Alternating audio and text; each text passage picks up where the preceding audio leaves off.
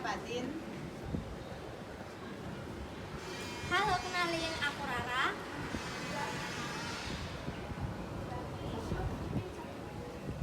Kenalin aku Rena. Halo, kenalin aku Devi. Nah, di sini kita bakal menjelaskan tentang materi revisi pesan-pesan bisnis. Simak baik-baik ya. Dan langsung aja kita masuk ke pembahasan materi yang kedua, yaitu mengenai revisi pesan-pesan bisnis. Yang pertama, revisi pesan bisnis. Apa sih revisi pesan bisnis itu?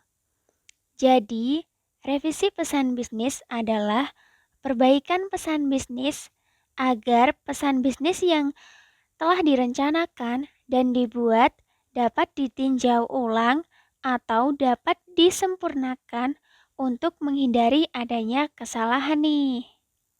Dan dalam fase perencanaan dirancang hal-hal yang cukup mendasar nih, seperti yang pertama, keterampilan merevisi, yang kedua, memilih kata-kata yang tepat, yang ketiga, membuat kalimat yang efektif, dan yang keempat, mengembangkan paragraf. Yang pertama, keterampilan merevisi. Nah, menulis pesan-pesan bisnis itu sangat berbeda nih, dan tidak semudah menulis pesan-pesan yang sifatnya pribadi yang dapat menulis tanpa membuat draft atau konsep terlebih dahulu. Dalam penulisan surat-surat bisnis, perlu nih adanya pemikiran, tenaga, dan waktu. Pesan-pesan bisnis mencakup pesan tertulis dan secara lisan. Untuk pesan-pesan bisnis tertulis, ada beberapa hal yang harus diperhatikan nih. Yang pertama, mengevaluasi isi, pengorganisasian, dan gaya penulisan. Nah, harus diperhatikan nih secara seksama pesan-pesan awal dan akhir. Perhatikan juga pembukaan surat atau memo, apakah sudah bisa mengundang reaksi pembaca atau belum. Dan perhatikan juga gaya penulisannya, apakah sudah memberikan suatu kesan terhadap para audiens atau belum. Yang kedua, mengedit mekanik atau teknik penulisan. Nah, dalam teknik penulisan ini, susunan kalimatnya harus sesuai dengan kaidah bahasa, penggunaan kapitalisasi secara tepat, penulisan tanda baca secara benar.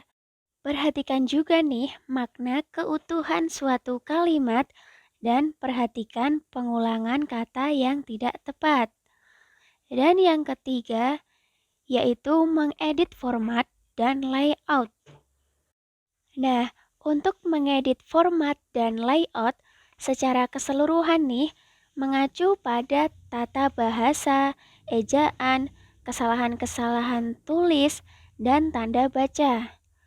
Mengedit format penulisannya dibuat harus menarik, ditata rapi, bersih, tidak penuh coretan, dan kualitas kertas yang digunakan pun harus baik pula. Selanjutnya, pesan bisnis lisan. Nah, untuk pesan bisnis lisan pun memerlukan pengecekan ulang juga nih, perbaikan atau pengeditan yang seperlunya, sehingga suatu pesan bisnis tersebut dapat dipahami audiens dengan baik. Dalam pengeditan pesan bisnis lisan, itu mencakup yang pertama, substansi pesan. Apakah inti pesan tersebut telah tercantum di dalamnya atau belum? Dan apakah data pendukung seperti tabel, grafik, bagan, audio juga sudah tercantum atau belum? Yang kedua, pengorganisasian pesan. Nah, terdiri dari pembukaan, penyampaian isi pesan, dan penutup. Dan yang ketiga, yaitu gaya bahasa. Gaya bahasa yang digunakan harus lebih menarik dan dinamis daripada tertulis, serta penyampaiannya pun yang lebih santai, luwes, dan tidak monoton. Selanjutnya yang kedua, memilih kata-kata yang tepat. Nah, agar pesan yang terkandung dalam kalimat yang disampaikan kepada orang lain dengan mudah dapat dimengerti, harus memilih kata-kata yang sebaik-baiknya. Jadi, agar komunikasi dapat tercapai, perlu diperhatikan beberapa hal. Yang pertama, memilih kata-kata yang sudah familiar atau sudah dikenal. Yang kedua, memilih kata-kata yang singkat. Dan yang ketiga, menghindari kata-kata yang bermakna ganda. Hal mendasar selanjutnya yang ketiga yaitu membuat kalimat yang efektif. Apa itu kalimat efektif? Kalimat efektif merupakan bentuk kalimat yang dengan sadar dan sengaja disusun untuk mencapai daya informasi yang tepat dan baik. Dan dalam menyusun kalimat, perlu diperhatikan nih, ada tiga hal, yaitu kesatuan pikiran, kesatuan susunan, dan kelogisannya. Dan hal mendasar yang terakhir yaitu mengembangkan paragraf. Ada dua pendekatan yang dapat digunakan nih untuk mengembangkan suatu paragraf tersebut, yaitu pendekatan induktif dan pendekatan deduktif. Apa itu pendekatan induktif dan deduktif? Jadi, pendekatan induktif dimulai dengan mengemukakan berbagai alasan-alasan terlebih dahulu, baru kemudian dibuat kesimpulannya. Sedangkan pendekatan deduktif dimulai dari kesimpulannya terlebih dahulu, kemudian baru diikuti dengan alasan-alasannya. Nah, suatu paragraf itu dapat dikembangkan dengan berbagai cara nih. Yang pertama, dengan ilustrasi, yaitu menggunakan suatu ilustrasi atau contoh yang dapat memberikan gambaran terhadap ide atau gagasan umum. Cara yang kedua yaitu dengan perbandingan, yaitu membandingkan persamaan maupun perbedaan terhadap suatu pemikiran dengan pemikiran yang lainnya.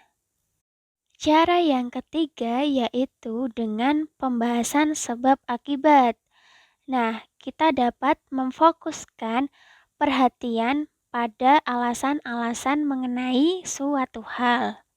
Selanjutnya, cara yang keempat dengan klasifikasi, yaitu melakukan klasifikasi atau pengelompokan ide-ide umum ke dalam ide-ide yang lebih khusus. Dan cara yang terakhir dengan pembahasan pemecahan masalah, yaitu dengan menyajikan masalah, kemudian menjelaskan cara pemecahan masalah tersebut. Nah, udah selesai nih teman-teman. Jadi, itu tadi penjelasan mengenai materi revisi pesan-pesan bisnis. Mudah-mudahan apa yang kita sampaikan bisa bermanfaat buat teman-teman semua. Sampai jumpa dan jangan lupa bergabung di HMJ Akuntansi Politeknik Pratama Mulia Surakarta. Bye!